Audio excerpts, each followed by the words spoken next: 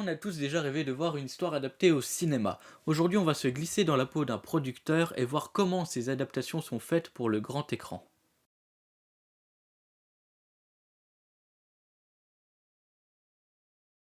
À l'image de Harry Potter, Game of Thrones ou La Reine des Neiges, on a tous déjà vu une histoire adaptée au cinéma. Toutefois, une adaptation cinématographique ne se limite pas à projeter la pâle copie de l'histoire originale. Nous allons aujourd'hui essayer de comprendre toutes les subtilités et les détails qui font qu'une adaptation est difficile à rendre pour le 7e art.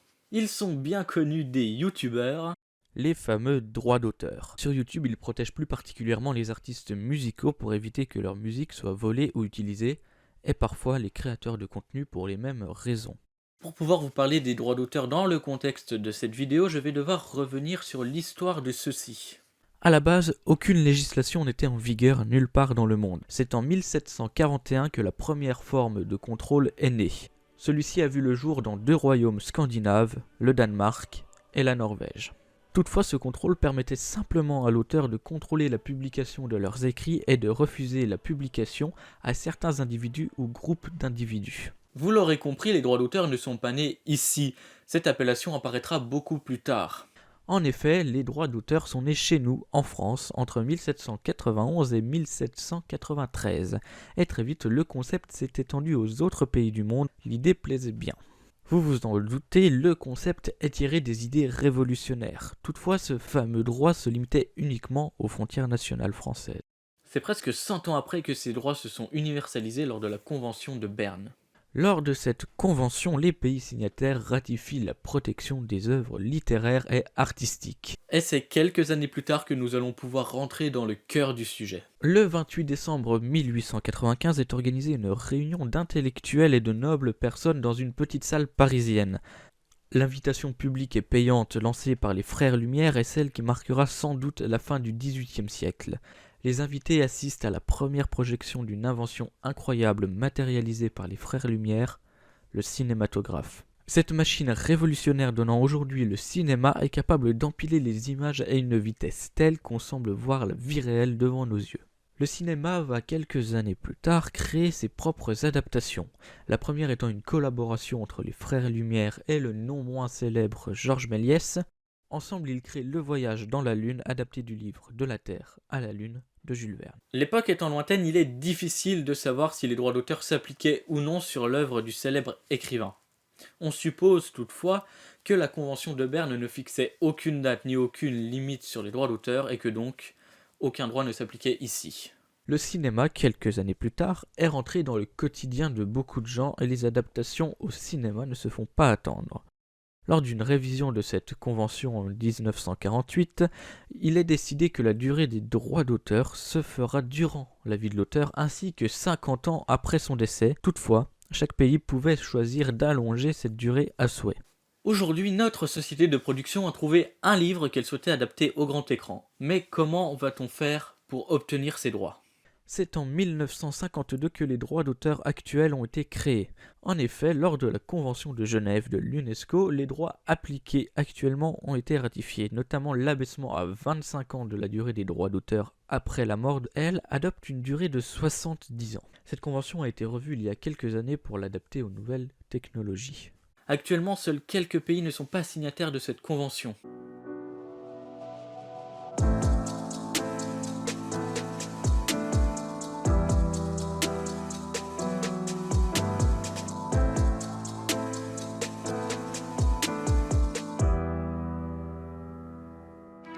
Vous l'aurez peut-être remarqué, mais la Corée du Nord est bel et bien signataire de cette convention. Le rappel historique fut long mais nécessaire. Vous comprenez désormais que la plus grosse source de problèmes sont les droits d'auteur. À l'heure actuelle, si un producteur du monde entier veut adapter Notre-Dame de Paris ou 20 000 lieues sous les mers, il le peut sans souci. Par contre, si celui-ci veut adapter La Peste d'Albert Camus ou Le Fléau de Stephen King, les droits d'auteur s'opposeront à cela. Que faut-il donc pour adapter une œuvre soumise à des droits d'auteur ? Plusieurs solutions sont possibles. Tout d'abord, l'accord entre la société de production audiovisuelle et l'auteur ou la maison d'édition de l'auteur. Les simples accords de bon entendeur entre une société de production et les maisons d'édition sont très rares. En même temps, les adaptations de livres soumis à des maisons d'édition sont très rares également. Ce sont plus généralement les auteurs qui tombent d'accord avec une société de production ou un réalisateur, comme ce fut le cas pour toutes les adaptations de Stephen King, sauf Maximum Overdrive, mais je vais éviter de parler de ce film sous peine de mort cérébrale. Si aucun accord n'est trouvé, il reste la manière la plus radicale: l'achat des droits. Encore une fois, la négociation se fait entre les deux mêmes parties sur le prix de l'histoire et de son univers. Toutefois, cette solution est, vous vous en doutez, la moins avantageuse. Dans un premier temps, elle fait perdre de l'argent aux producteurs, et dans un deuxième temps, il n'y a que les droits qui sont achetés. Je m'explique. Lorsqu'un accord est trouvé entre deux parties sans somme d'argent en retour, l'auteur va souvent aller aider la société de production avec des indications particulières qui ne se trouvent pas directement ou explicitement dans l'histoire pour donner du corps à l'œuvre. C'est une chose qui peut paraître anodine mais qui ne l'est absolument pas. Et si l'auteur est mort, comment fait-on? Lors de son testament, les héritiers de l'auteur héritent également de la possession des droits d'auteur de leur défunt, le temps de la durée convenue par l'État. Il faudra donc négocier avec ses héritiers pour obtenir les droits. Si l'œuvre littéraire était dans une maison d'édition, il se peut que ce soit cette même maison d'édition qui récupère les droits après la mort de l'auteur. D'ailleurs, depuis tout à l'heure, on parle essentiellement de romans, de mangas ou de bandes dessinées et de livres. Mais les droits d'auteur ne s'appliquent pas que sur eux, bien au contraire. De nombreux autres exemples existent, au titre des jeux vidéo pour les films Pokémon ou Sonic, des musiques et albums pour les films Mamma Mia ou Jack et la mécanique du cœur. Aujourd'hui, dans un souci de clarté et de facilité, il faut bien l'avouer, je m'attarderai plus sur les œuvres littéraires. Notre société de production vient d'obtenir les droits pour l'adaptation de son premier livre, Pandora 4, Les enfants de Kirisbun.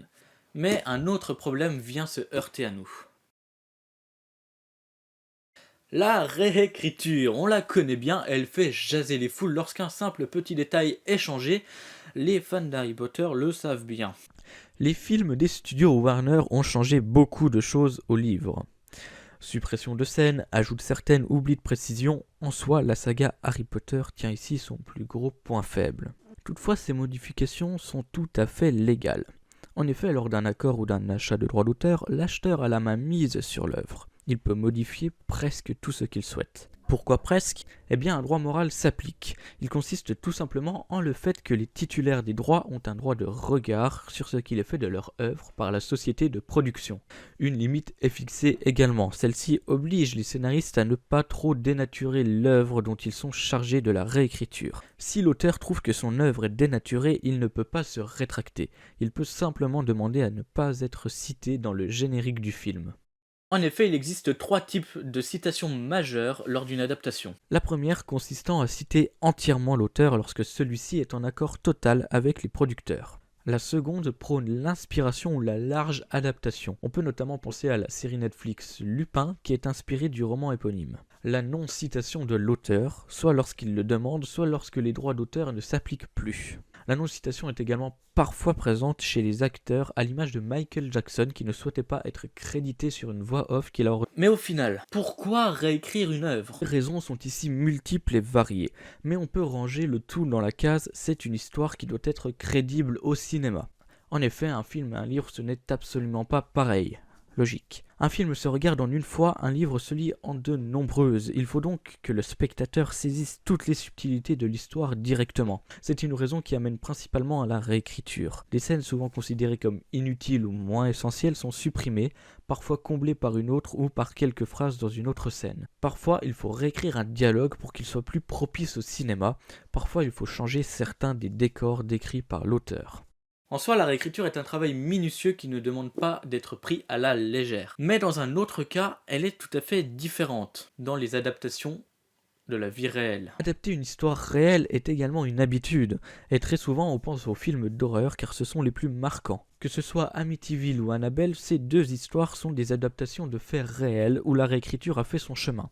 Adapter ce type d'histoire réelle mérite une réécriture et une scénarisation supplémentaires pour ajouter du suspense ou de l'attention au spectateur. C'est pour cela qu'est souvent inscrit les mots basés sur des faits réels. On se base sur des faits pour créer une histoire encore plus palpitante, plus ou moins comme dans Once Upon a Time in Hollywood. Il en est de même pour les films From Hell ou Zodiac. En effet, l'identité du tueur étant inconnue, il faut créer une histoire autour pour le mettre en scène, comme dans Zodiac où l'on suit un policier chargé de l'affaire. Il y a ces films qui méritent un coup de stylo avant le rendu du scénario final, et ces autres films qui sont totalement dans le cas contraire. En effet, certains films tirés d'histoires réelles ne passent que très peu par l'outil de réécriture. En effet, ces adaptations ont pour but de raconter une histoire. Ils doivent donc être le plus conformes possible au contexte de l'époque. Lorsque le film J'accuse est en production, il ne mérite pas de réécriture, mais simplement des recherches pour approfondir le sujet, avoir des informations peu connues, des récits de scènes et surtout un contexte géopolitique et social fort pour pouvoir adapter au mieux les habits, coutumes, langage et vie de l'époque. Il en est de même pour des films comme Été 92, racontant l'exploit de l'équipe nationale de football danoise d'avoir gagné l'Euro 92.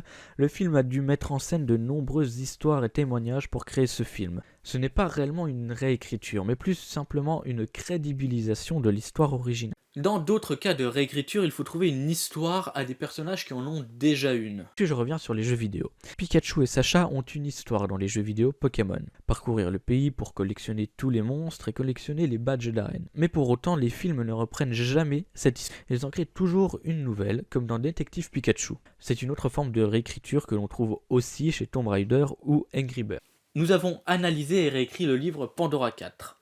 Nous avons l'accord de l'auteur et le budget. Est-ce que quelque chose d'autre peut encore nous déranger ?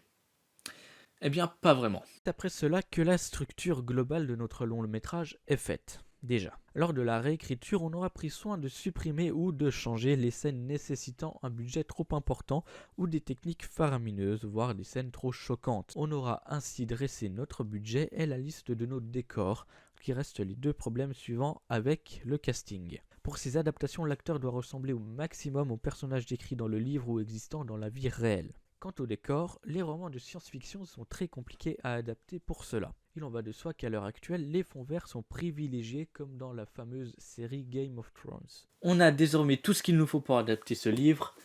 Enfin, je fais une petite pause dans cette vidéo pour vous dire que samedi prochain, nous allons mettre en œuvre ce travail de réécriture sur ce livre avec son auteur. Ce sera disponible sur ma chaîne YouTube, soyez au rendez-vous.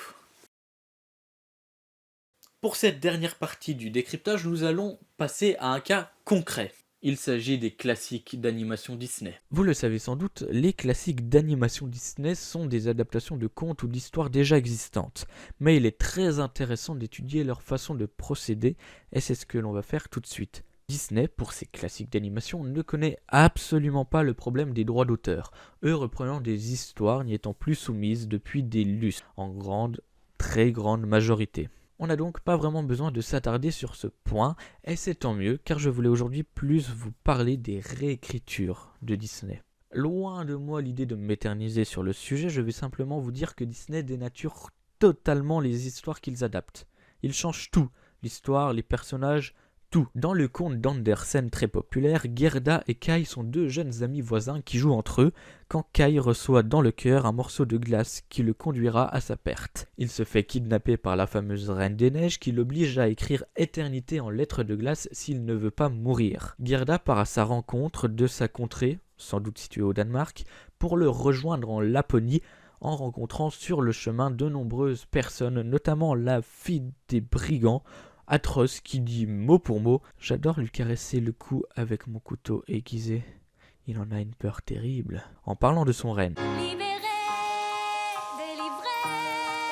Tout. Dans le conte d'Andersen très populaire, Gerda et Kai sont deux jeunes amis voisins qui jouent entre eux quand Kai reçoit dans le cœur un morceau de glace qui le conduira à sa perte. Il se fait kidnapper par la fameuse Reine des Neiges qui l'oblige à écrire éternité en lettres de glace s'il ne veut pas mourir. Gerda part à sa rencontre de sa contrée, sans doute située au Danemark, pour le rejoindre en Laponie en rencontrant sur le chemin de nombreuses personnes, notamment la fille des brigands, Atroce qui dit mot pour mot « J'adore lui caresser le cou avec mon couteau aiguisé.